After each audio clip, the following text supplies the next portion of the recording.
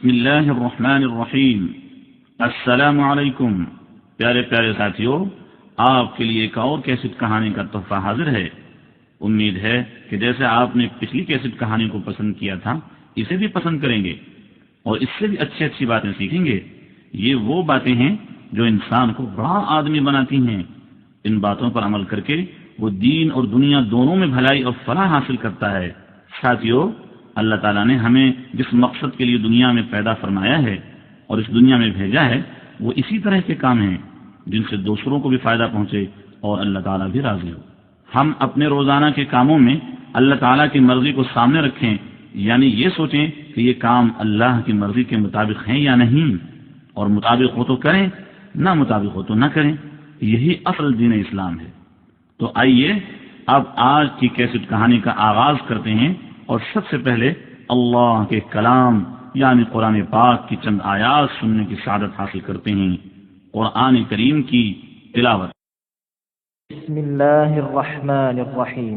الف لام را تلك آیات الكتاب وقرآن مبین ربما يود الذين كفروا لو كانوا مسلمين ذرهم يأكلوا ويتمتعوا ويلههم الأمل فسوف يعلمون وما أهلكنا من قرية إلا ولها كتاب معلوم ما تسبق من أمة أجلها وما يستأخرون۔ ساتھیوں، تلاوت کلام پاک سننے کی سعادت آپ نے حاصل کی۔ اللہ تعالیٰ آپ سب کو اور ہمیں اس قرآن کو روزانہ پڑھنے، سمجھنے، یاد کرنے اور اس پر عمل کرنے کی توفیق عطا فرمائے، آمین۔ آئیے اب ہم آپ کو بتائیں کہ اس کیسٹ کہانی میں آپ کیا کچھ سنیں گے۔ اس میں پہلے ہوگی حمد باری تعالی، اس کے بعد ایک مختصر واقعہ ہے زندگی کے میلے میں، پھر سائنسی تحقیق کے حوالے سے دمدار ستارے کے بارے میں بتائیں گے دادا جان، جی ہاں، جنہوں نے پچھلے کیسٹ کہانی میں بھی آپ کو بہت سی کام کی باتیں بتائی تھیں۔ اس کے بعد آپ سنیے ایک دلچسپ مشورہ جو دیا لال بجھکڑ نے۔ پچھلی کیسٹ کہانی میں آپ نے جنگ بدر کا احوال سنا تھا، اس کیسٹ میں آپ اسلام کی دوسری بڑی جنگ یعنی جنگ احد کے بارے میں معلومات حاصل کریں گے، اور پھر آپ کے لیے ایک دلچسپ مگر سبق آموز کہانی ہوگی، نافرمانی کی سزا۔ کس کی نافرمانی اور کیا سزا، یہ تو آپ کو سن کر ہی پتہ چلے گا۔ اور ہم آپ کو ایک بار پھر بتا دیں کہ یہ کیسٹ کہانی آپ کے لیے بہت ہی فائدہ مند ہے۔ آپ خود بھی بار بار سنیے اور اپنے دوستوں کو بھی سنوائیے۔ یہ تو تھی تفصیل اس کیسٹ کہانی کی۔ آئیے اب ایک بہت خوبصورت حمد سنتے ہیں۔ حمد۔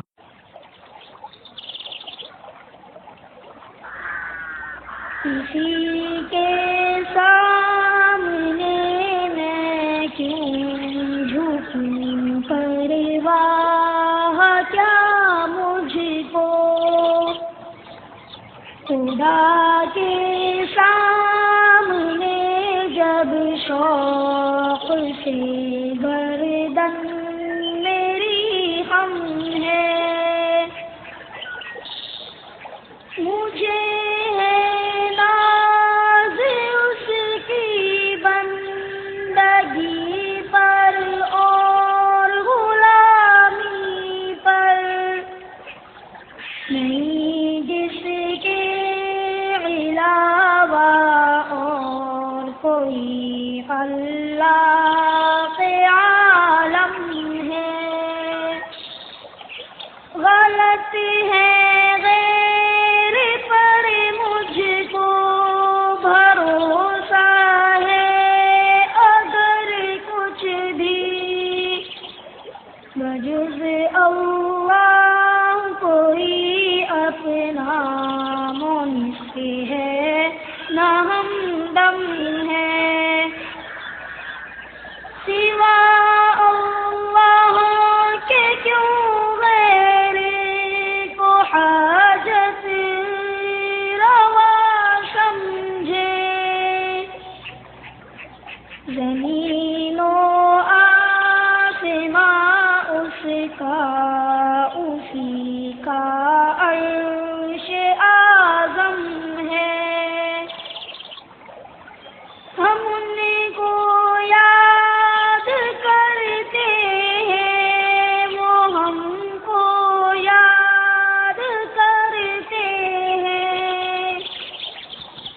یہ وہ دولت ہے جس کے سامنے جو چیز ہے کم ہے.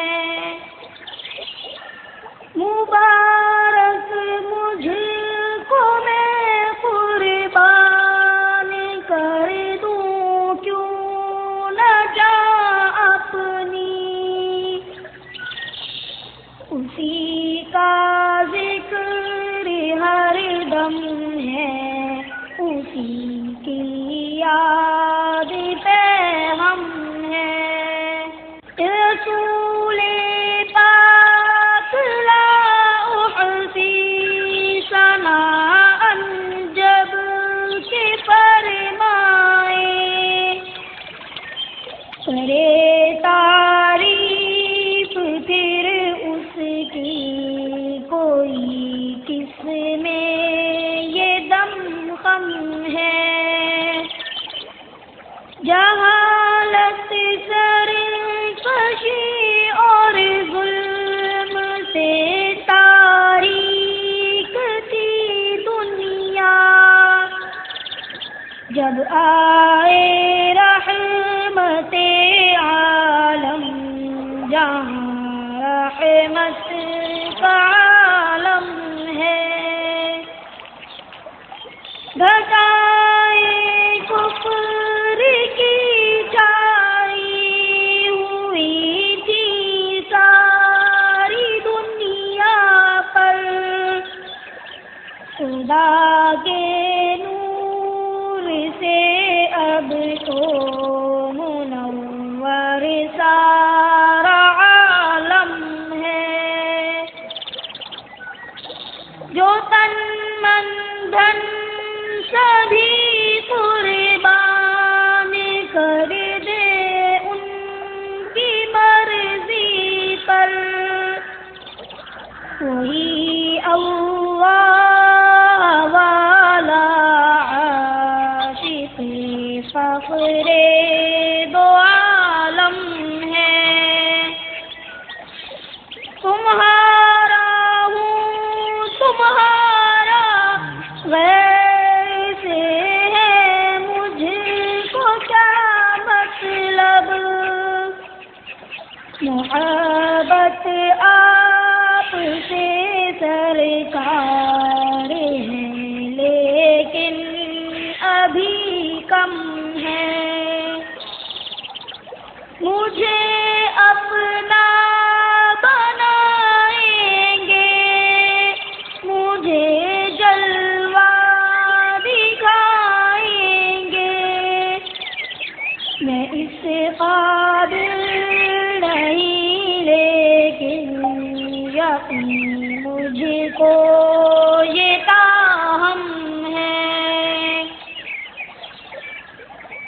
اس دولت پہ حق اقلیم کی بھی سلطنت قربان، غلامی پر ہے جس کی ناز و نبیوں کا خاتم ہے.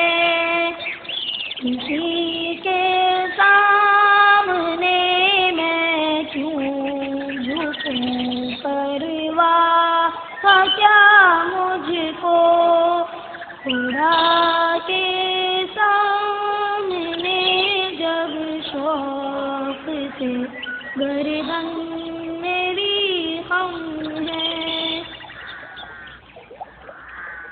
سبحان اللہ. واقعی اللہ کی ہم جتنی تعریف کریں کم ہے، کیونکہ اس نے ہمارے لیے بے شمار نعمتیں پیدا کی ہیں. ہم اپنے ارد گرد بھی اللہ کی قدرت کی نشانیاں دیکھتے ہیں اور کہیں جا کر بھی. ساتھیو، آپ کو بھی سیر کرنے کا شوق ہے نا؟ آپ کس کے ساتھ سیر کرنے جاتے ہیں؟ امی ابو کے ساتھ.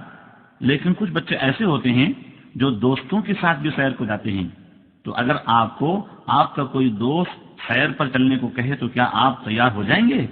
اور وہ دعوت اس طرح کی ہو جیسے اس قصے میں خالد نے آصف کو دی، تو پھر کیا کریں گے؟ تو سنیے زندگی کے میلے میں. آصف سنو، شام کو میرے ساتھ سیر کے لیے نہیں چلو گے؟ ابھی تم کہاں سے آ رہے ہو؟ ابھی تو میں سائیکل پر اپنی خالہ کے گھر گیا تھا، مگر شام کو شہر پر جانے کا پروگرام ہے، تم بھی چلا؟ دوست دل تو بہت چاہ رہا ہے، لیکن کیا کروں، میرے پاس پیسے نہیں ہیں۔ میں کرائے کے سائیکل لے سکتا ہوں تمہاری طرح، نہ کوئی کھانے پینے کی چیز۔ اس کا مطلب ہے تم میرے ساتھ سیر پر بالکل نہیں جاؤ گے؟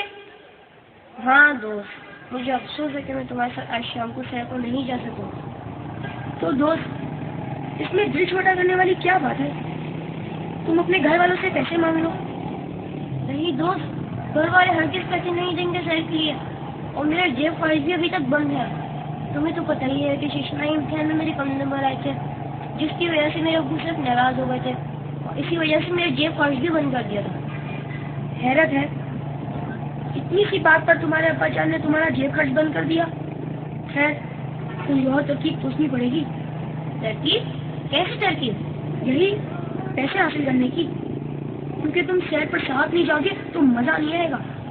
کوئی بات نہیں دوست، پھر کبھی سے۔ پھر نہیں، سنو، تم ایک طریقے سے پیسے حاصل کر سکتے ہو۔ کون سا طریقہ؟ یہ بتاؤ، تمہارے ابا پیسوں والا بٹوا کہاں رکھتے ہیں؟ اپنی قمیض کی جیب میں۔ لیکن تم یہ کیوں پوچھ رہے ہو؟ اس لیے کہ میں چاہتا ہوں تم میرے ساتھ سیر پر ضرور چلو۔ میں کیسے جا سکتا ہوں؟ میں نے بتایا نا، میرے پاس پیسے نہیں ہیں، اور نہ مجھے گھر والے دیں گے۔ ارے دوست، تم بھی بہت برے ہو۔ دیکھو، تم چپکے سے کسی طرح اپنے ابا جان کی جیب سے پیسے نکال لینا، پھر میرے ساتھ سیر پر چلنا۔ نہیں، میں ایسا نہیں کر سکتا، میرے ابا جان مجھے بہت ماریں گے۔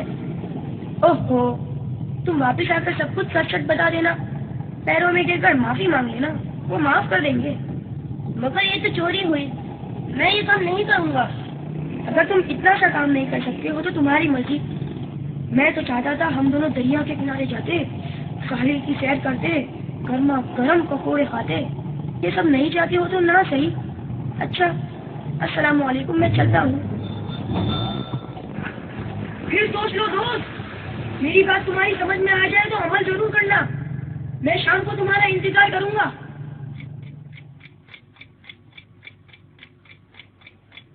دریا کا نظارہ، ساحل کی سیر، گرم گرم پکوڑے، کتنا مزہ ہے تو خالد کے ساتھ۔ کیا ہوا اگر بچن کے پیسے چپکے سے لے لیے؟ کسی اور کے تو نہیں لیے، مگر چوری تو چوری ہے، کسی کی ہو یا اندھوں کی۔ چوری تو وہ ہوتی ہے جو پتہ ہی نہ جائے۔ اگر میں واپس آ کے سچ سچ بتا دوں اور پیروں پر گر کر معافی بھی مانگ لوں، پھر چوری کر لوں۔ لیکن ابا جان کو جھوٹ اور چوری سے سخت نفرت ہے، وہ میری بہت پٹائی کریں گے۔ پیروں میں گر کر معافی مانگنے کے بعد ہو سکتے ہیں وہ مجھے معاف کر دیں۔ نہیں، پھر بھی یہ غلط کام میں نہیں کر سکتا۔ اللہ تعالیٰ بھی ایسے کاموں سے سخت ناراض ہوتا ہے۔ میں اپنی امی ابو کو سب کچھ سچ سچ بتا دوں گا۔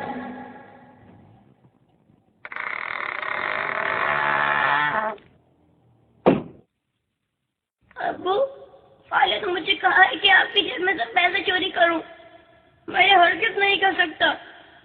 ابو، میں بہت برا ہوں، برائے مہربانی مجھے معاف کر دیجیے۔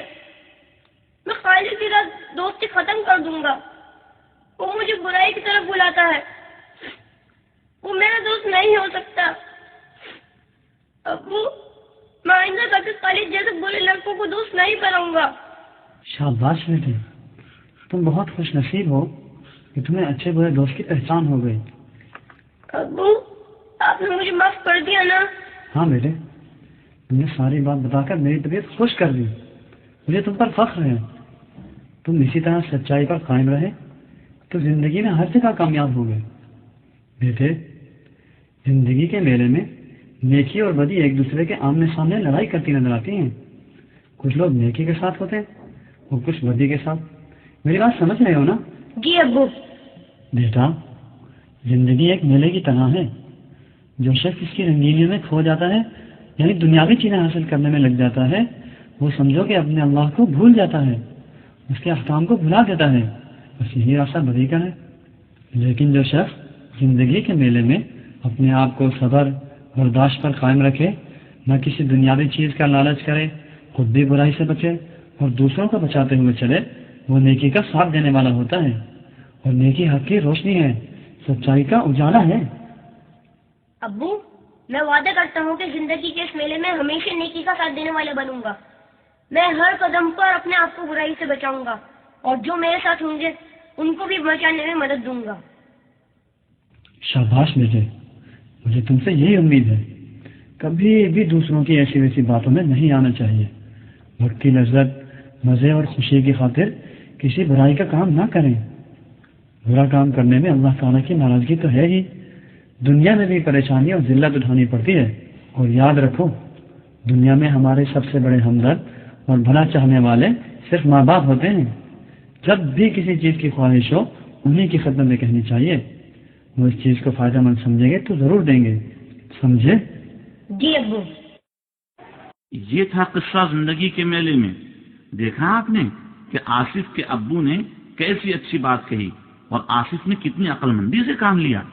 آپ بھی ہمیشہ آصف کی طرح رہنا اور ایسے دوستوں کی باتوں میں ہرگز نہ آنا. ارے ذرا ادھر تو چلیں، وہ لوگ کیا باتیں کر رہے ہیں؟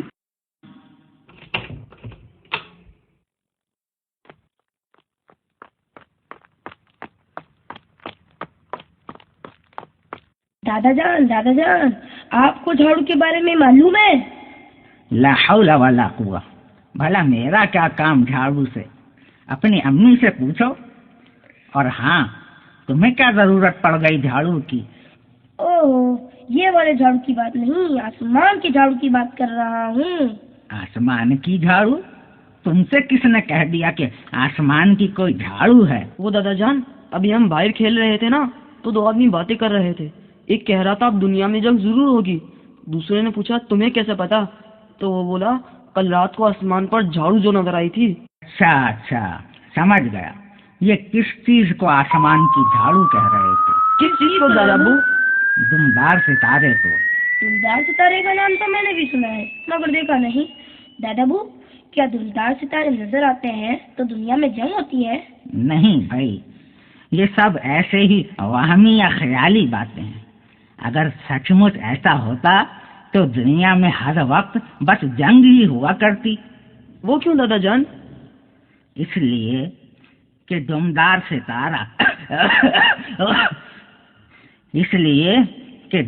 ستارہ ہر روز دنیا میں کہیں نہ کہیں نظر آتا ہے. وہ کیوں دادا بھائی؟ عام ستاروں کی طرح ہمیں روزانہ نظر کیوں نہیں آتا؟ بھئی یہ عام ستارہ نہیں ہے، بلکہ ستارہ ہی نہیں ہے. یہ ایک خلائی جسم ہے جو کبھی اپنی راہ سے الگ ہماری زمین کی طرف آ جاتا ہے اور اس کا پچھلا سرا سورج کی روشنی میں ایسے چمکتا ہے کہ وہ اس کی دم معلوم ہوتی ہے. اس کا مطلب ہے یہ سیاروں اور ہماری زمین کی طرح فضا میں بھی گردش کرتا ہے؟ بالکل ٹھیک. اور کبھی یہ ہوتا ہے کہ یہ ہماری فضا میں داخل ہونے لگتا ہے اور ہوائی رگڑ سے جل کر راکھ ہو جاتا ہے اور تیزی سے زمین پر چلتا ہے. اچھا، وہ جو تارا ٹوٹتا ہے وہ یہی ہوتا ہے؟ اور کیا، زمین والے اس منظر کو دیکھ کر یہی شور مچاتے ہیں کہ تارا ٹوٹ گیا. ارے بھائی، تارا نہ ہوا کوئی گلاس یا پیالہ ہو گیا کہ ٹوٹ گیا. دادا ابو، دمدار ستارے کو انگریزی میں کیا کہتے ہیں؟ اسٹار. ارے نہیں بھائی، انگریزی میں اس دمدار ستارے کو کہتے ہیں کومیٹ. COMET. کومیٹ کا مطلب کیا ہوتا ہے؟ بیٹا، یہ کومیٹ بھی دراصل لاطینی لفظ کومیٹ سے بنا ہے. اس کے ہجے میں COMIT ہے، یعنی انگریزوں نے آئی کی جگہ ای لگا دیا. اور پتہ ہے لاطینی میں کومیٹ کہتے ہیں لمبے بالوں کو. کتنی عجیب بات ہے، ایک ہی چیز کو کوئی لمبے بال کہتا ہے، کوئی دم اور کوئی جھاڑو. ہاں بھائی، یہ اپنی اپنی سوچ ہے. ویسے دادا ابو، یہ دمدار ستارہ بنا ہوا کس چیز کا ہوتا ہے؟ بھائی جیسا میں نے بتایا کہ یہ ایک خلائی جسم ہوتا ہے. اس کے 3 حصے ہوتے ہیں، ایک سر، دوسرا مرکز یا درمیانی جسم اور تیسرا دم. اور یہ سب مجموعہ ہوتے ہیں مختلف عناصر کا، جن میں دھاتیں، پتھر اور گرد و غبار وغیرہ ہوتے ہیں. لیکن اس میں چمکنے والی کیا چیز ہے؟ بھائی اس کے اندر روشنی یا چمک والی کوئی چیز نہیں ہوتی. یہ مکمل طور پر سورج کی روشنی سے چمکتا ہے۔ جس طرح چاند بھی سورج کی روشنی سے چمکتا ہے نا؟ بالکل ٹھیک، لیکن تمام دمدار ستارے ایک جیسے نہیں چمکتے، کچھ کم چمکتے ہیں، کچھ زیادہ، لیکن ان میں سب سے زیادہ روشن ستارہ ہیلے کا دمدار ستارہ ہے۔ ہیلے کوئی سائنسدان تھا؟ بھائی ہیلے مشہور سائنسدان نیوٹن کا دوست تھا اور ماہر فلکیات تھا۔ اس نے یہ ستارہ دریافت کیا تھا اور اس قسم کے ستاروں کے بارے میں یہ تحقیق کی تھی کہ یہ خلا میں گردش کرتے ہیں اور دھاتوں، گیسوں، چٹانوں وغیرہ سے بنے ہوتے ہیں۔ ہیلے کا جو ستارہ ہے وہ 1910 میں دیکھا گیا اور پھر 1986 میں۔ یہ ستارہ ہر 76 سال بعد نظر آتا ہے۔ دادا ابو، کیا اب بھی ان ستاروں کے بارے میں سائنسدان معلومات حاصل کر رہے ہیں؟ بالکل، دنیا بھر میں ماہرین فلکیات آسمان میں ہر قسم کی چیزوں کے بارے میں تحقیقات کرتے رہتے ہیں۔ ان دمدار ستاروں کے بارے میں بھی پتہ چلا ہے کہ ان کی گردش کا مدار بڑھتا جا رہا ہے اور یہ زمین سے دور ہوتے جا رہے ہیں۔ ہو سکتا ہے کسی وقت یہ ہماری نظروں سے بالکل غائب ہو جائیں۔ اور کوئی خاص بات نہیں معلوم ہوئی ان دمدار ستاروں